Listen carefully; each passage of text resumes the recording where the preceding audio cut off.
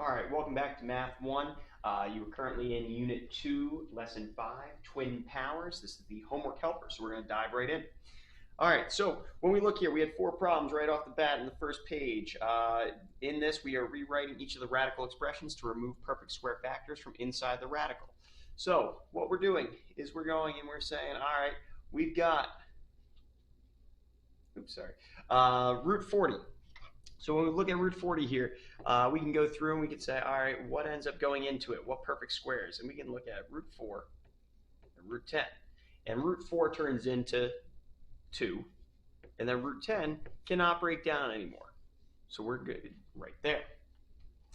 With problem number 3, this one's a little bit different than anything that we've seen so far in this chapter, is we're looking and we're saying, all right, what can we go through and break this down into? What is something that we can split this into? We're still going to look, we're still going to say, all right, we've got root 8 and root 2. However, they're going to have these cube roots in there. And we need to ask ourselves, is there something to the third power which gives us 8 or something to the third power that gives us 2? When we look at the cube root of 8, we know that that's going to come out to be 2. And then we're just left over with the cube root of 2. So we get 2 cube root 2. And we're good with that. Now we're going to change colors here just because these get kind of close to each other. We're going to do the same thing here. We like the square roots. Square root of 36, square root of 2. Oops. There we go. And we know that that comes out to be 6 root 2. Nothing else breaks down. Wonderful. Our last one here, it looks like we're doing the same exact thing. We're trying to ask ourselves, what is a number that's raised to the 4th power that'll give us 81?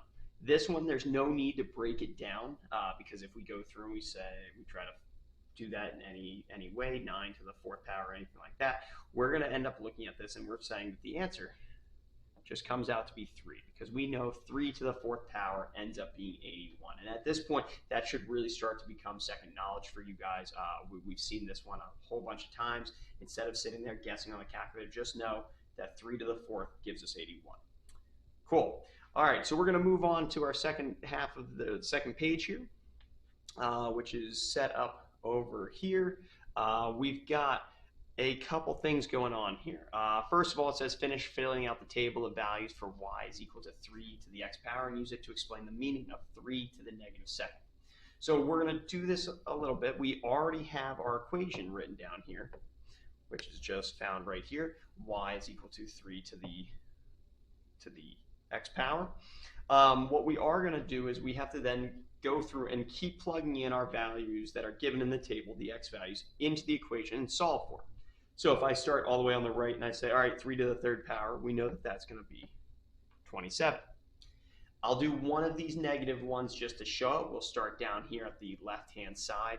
We'll go and we'll say, all right, we've got y is equal to 3 to the negative 4th power. We know through our laws of exponents that we can't have a negative power, so this is going to turn into 1 over 3 to the positive 4th, which is then just going to simplify once again into 81. Funny how that keeps happening. So we get 81.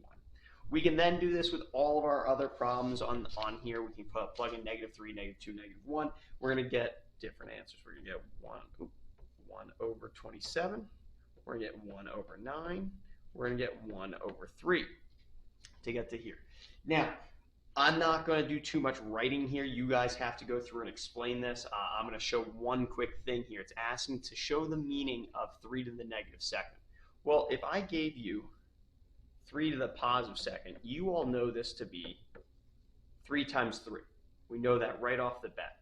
If we're looking at negatives, when we go and we represent something that shows 3 to the negative second, instead of us saying, hey, it's 3 times 3, we're going to be we're multiplying by 3. When it's a negative power, we're going to be dividing by 3. So we're going to start with that first number, which is, what's 3 to the 0th power? We know that to be 1. And then we're going to divide it by 3 to give us 1/3.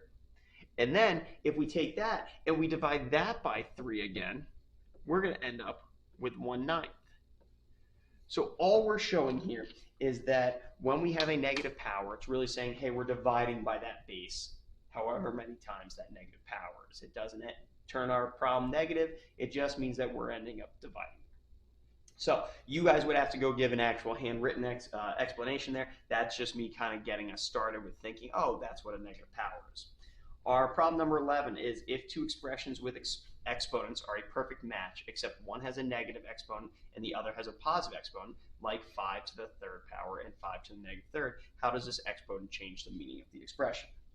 How I look at this is it's a positive power is multiplying the base that number of times. So 5 times 5 times 5. 5 to the negative third is really saying we're dividing by 5 by 5 by 5. And so when we look at this, when we're looking here, it says how does the exponent change the meaning of the expression? It just means whether or not how many times we're multiplying by that base or how many times we're dividing that base. So once again, I'm not handwriting that. That's for you guys to kind of interpret anything I'm saying or add your own flair to it if you have anything. We are going to scroll down to the last problem on page 2 here, which is using this graph that's located here on the right-hand side. When we're looking here, we have our green graph, which is y is equal to 2 to the x power. We have our blue graph, which is 1/2 to the x power. And if you are a colorblind person, I will go through and do, here's our first graph right here, our green graph, come on, and here's our blue graph, our first and second, but we'll get rid of that. So what this is asking is what is true about the input values of each equation that produce the same output values? When we look at this, if we were to go through and choose the green graph, because that's an easier one to look at, we're going to go through and we're going to say, all right, we've got a couple of different points on here. Sorry, as I zoom in here. We know that we've got a point here, we've got a point here, and we've got a point here. And then I'm going to change the colors to go look at y is equal to 1/2 x, which is here, here, and here. So in our green, because we're going to look at this, our purple points, all of our x values end up being positive x values. We're moving to the right on the graph. And then they correlate directly to the other graph, which is just the negative version of them. So when we're looking, we're saying, okay, if our green graph has a positive 1x, its y is 2. If we look at our blue graph, we have a negative 1x, but the y value is still going to be 2. So that's just going to be a mirror image. All we're doing is we're looking at this and we're saying that they are a reflection of each other, where one of them has the positive x values, the other one has the negative x values. So once again, that's something that you just have to go through and jot down. But I'm not going to do that just for the sake of time. So we do have another couple of pages here, which we're going to go through and we're going to set up right now. All right, so we are now at the top of page 3, which is asking us to rewrite each of the expressions in an equivalent form with only one positive exponent. So in this case, we are making sure that we do not have any negative powers and that we are left with only one positive. So when we look at a fraction that is all raised to a power, what we end up doing is that we are going to distribute that -4. There's multiple ways to do this, by the way. I'm just going to show out the long way. If you see the trick, you can start to do that. So when I do that, I distribute, I get 1 to the -4th power over 7 to the -4th power, which we can't have. So in order to get rid of negative powers, we're going to move our bases with their powers to the opposite parts of the fraction. So our 7 to the -4th moves to our numerator. And then our 1 to the -4th moves to the denominator, and it turns them into the positives there. Now, this is asking us to go through and write it with only one positive power, so we have to ask ourselves, what is 1 to any power?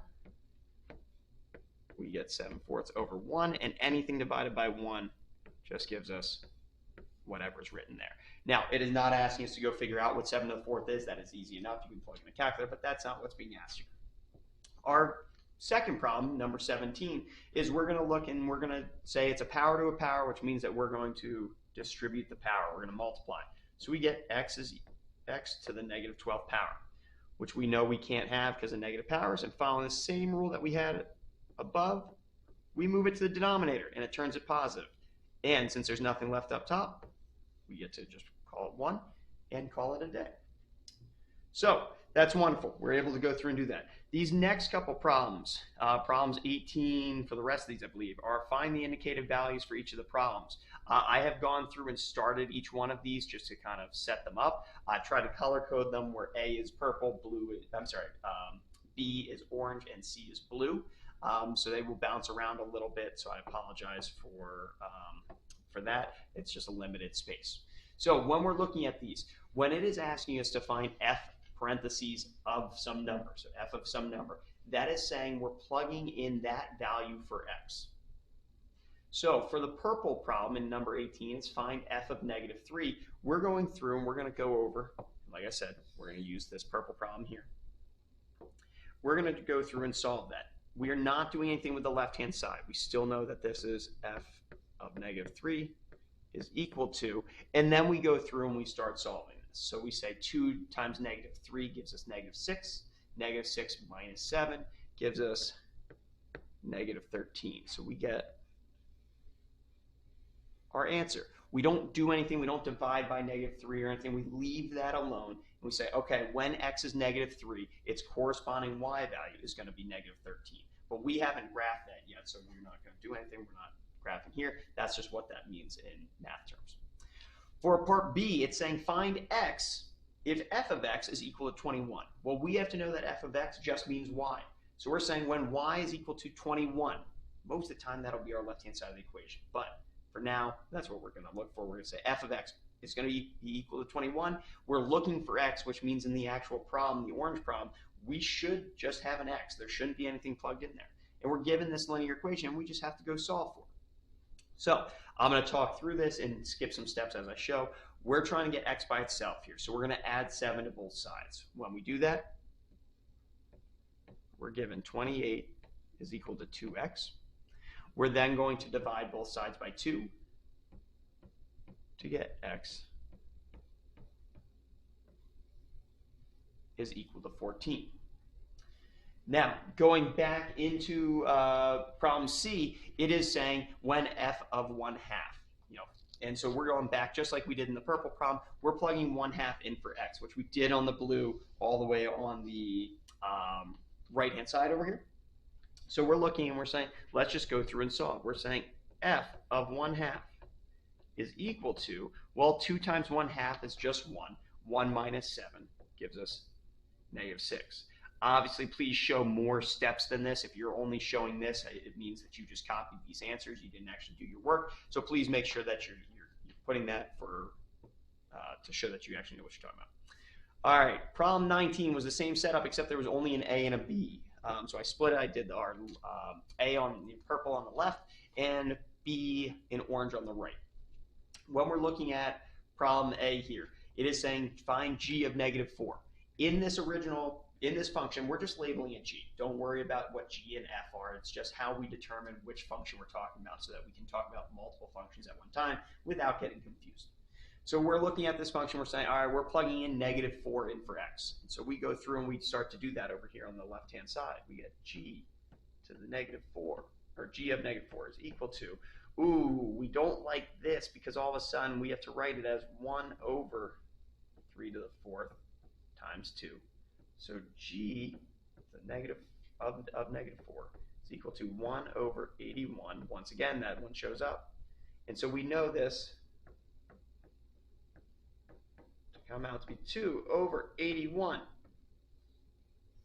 And we get to here. We know that can't be simplified. If you are somebody who's concerned about that, we can go through and plug it in a calculator, hit the fraction button, and then it's still going to spit it out and say 2 over 81 because there's nothing that goes in there. Moving on over to part B of this, though, is we're looking and we're saying, all right, find x if g of x is equal to 162. So we convert our entire left-hand side of the equation to be 162, and then we're going to go through and we're going to solve. So first steps first, we want to make sure we can't do anything with that x until the 2's away. We're going to divide everything by 2. When we do that, we're left with 81 is equal to 3 to the x power. Now, I told you earlier in this video, we better start knowing this one. 3 to what power gives us 81? And we know, without doing anything, that that's 4. And then we're going to call it quits from there. We do have one more problem, which is part of the section. It's just on a different page, so bear with me as we get that flipped over here. It is problem 20. Which is color-coded just like the rest of them here. When we go through and we look, we do have an A, B, and a C again on this one. We're looking at I is our function, so I of t is equal to 210 all times 1.08 to the t power. Sometimes you'll see that t written on the inside of the parentheses, other times not. It's a little bit interchangeable at this point.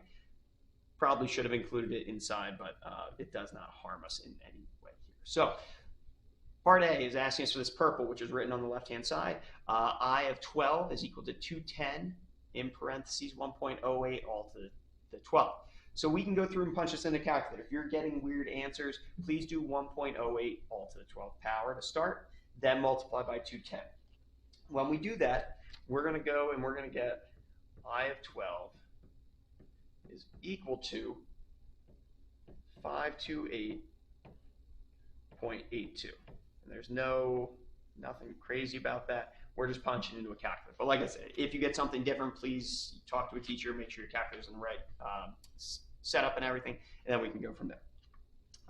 Part B, which is in orange, on the right-hand side, we have find t if I of t is equal to 420. Same thing that we did on those previous problems. It means that we're turning our y into 420. So we get 420 is equal to 210, all times 1.08 to the t power. I'm first going to divide by 210 to get it so that it's 2 is equal to 1.08 to the t power. It's at this point that you all will have to graph in order to solve this. I'm not going to show a graphing problem right now. What we're going to end up doing, though, is we're going to go into our calculator. We're going to go to y equals. We're going to put in two pieces. We're going to put in the left-hand side of our equation, which is just 2, and then we're going to go down a line, and we're going to put in 1.08 to the t power. Those are going to, and then hit graph. That's going to graph the two lines, and what we're doing is we're looking for the intersection point. That intersection point you can find by doing second trace, which is calc, and then going through and finding the intersection piece for that. I'm just going to tell us what our answer is because we've already gone through and done it. But please, once again, if you don't know how to do that, please talk to your teacher in class. I'll also try to get some videos up about the basics of using calculators this summer. So when we do that, we get that t is equal to 9.01. Cool. Our last piece of this problem set is just to look and say, all right, find I of 1/2. And so we're doing exactly what we did in part A, and we're just going through and we're saying, we're plugging 1/2 in for t. We're saying 210 is equal to 1.08 all to the 1/2 power. One place where you might make mistakes is if you do 210 times 1.08 to start and then raise to the 1/2 power. Have to do exponents before you do multiplication, but this is just a plug and chug into the calculator, and we're going to get that I of 1/2 is going to be equal to 218.24. Once again, no units. This is just us going through and doing some calculation stuff. One other small thing your teacher should have talked to you. We are in Math 1 here at Lawrence Academy for this year, going to round into 2 decimal places. So that's why in all 3 of these problems, they all stop at that point, even though I believe they all end there. They terminate at that point anyway. But anyway, so this is the end of our lesson 5 here, the twin powers. If you have any questions, please talk to your teacher, go to office hours. But other than that, I hope you all have a wonderful, wonderful day.